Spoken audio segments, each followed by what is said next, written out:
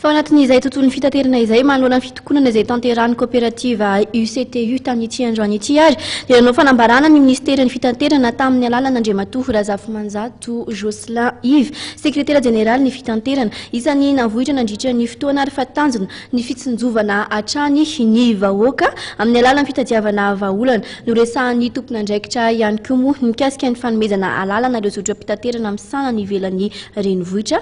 Ny eo ambony micro an'i Lova Ramanantsoa sy Christian Rakotondramaga moa izay fanazavana sy fanambarana izay. Vokatra izany dia nandray fepetra ny fanjakana mba ho fitsinjovana ny mpanjifa amin'ny fanomezana licence d'exploitation ho an'ireo zotra suburbaine.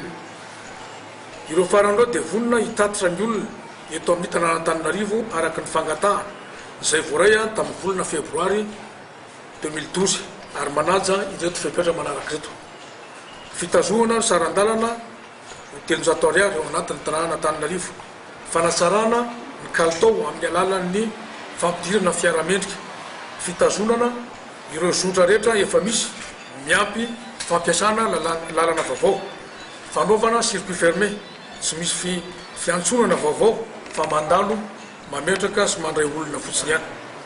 Na dia teo aza ny fanambarana fitokonana faobe nataon'ny UCTI dia misy ireo zotra urbaine izay nanohy ny asany ara-dalàna ary nitazana sarandalana ho telonjato ariary.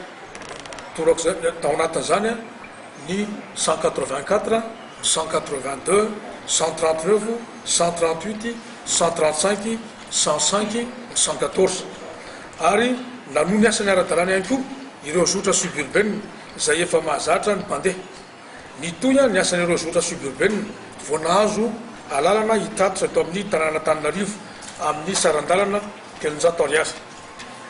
Ka farany fanjakana dia manentana ny tsirairay mba ho tony satria ny mpitandro ny filamina dia mandray ny andraiky ny hatrany amin'ny fiarovana ny vahoaka sy ny fananana. Ary ny tompon'andraiky ny sambaratongony dia tsy mitsahatra maneho ny fahavononany hisokatra foana amin'ny fifampidinihana ho fitsinjovana ny rehetra.